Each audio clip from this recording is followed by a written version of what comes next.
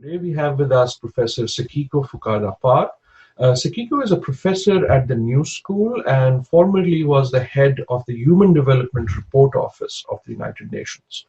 We're going to ask her what she thinks the world of the SDGs, the Sustainable Development Goals, might look like post-COVID.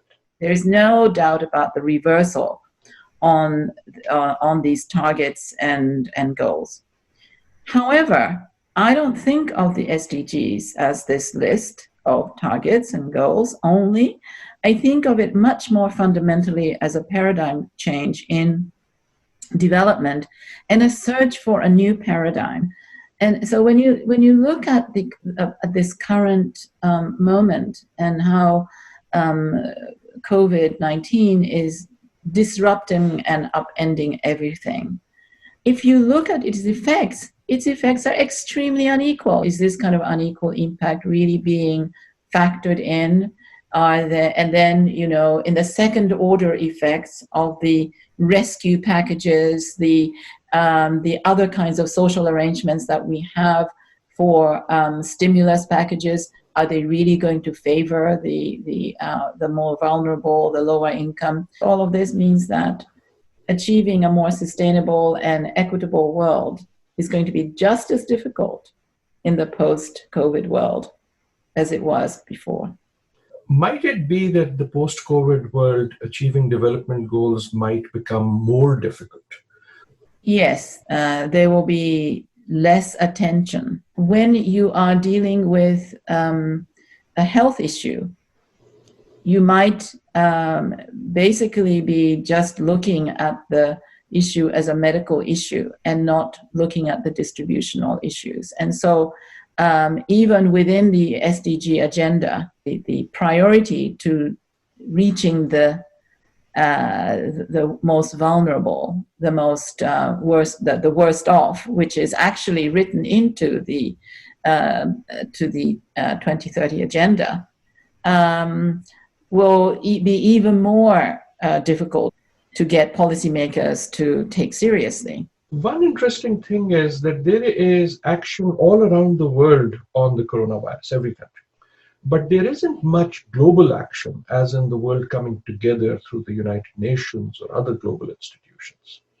Any reflections? I think this is really important. I think there's been quite a lot of discussion about coordination among the G20 countries and the need for it on the financial management. And I think that's really a very scary thing. And clearly, on the issue of inequality between countries, the aid, the fact that there's been a decline in ODA, the fact that there's a gigantic need for development assistance, not just sort of humanitarian assistance, but development assistance at this stage, as we look at this combination of a medical emergency and an economic emergency. That obviously needs a multilateral commitment. And I think one of the things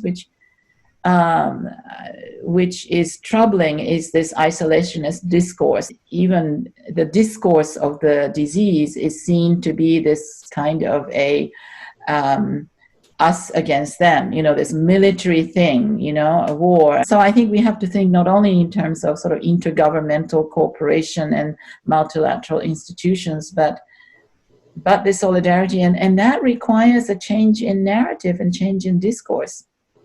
What would be your best hope of what the world might learn from this crisis? That we do learn that some things do need public cooperation, solidarity. It's not about my health. It's about my health and your health, and what I do affects your health, and what you do affects my health. And so understanding that fundamentally, I hope we learn that. And what would be your worst fear of what we might not learn?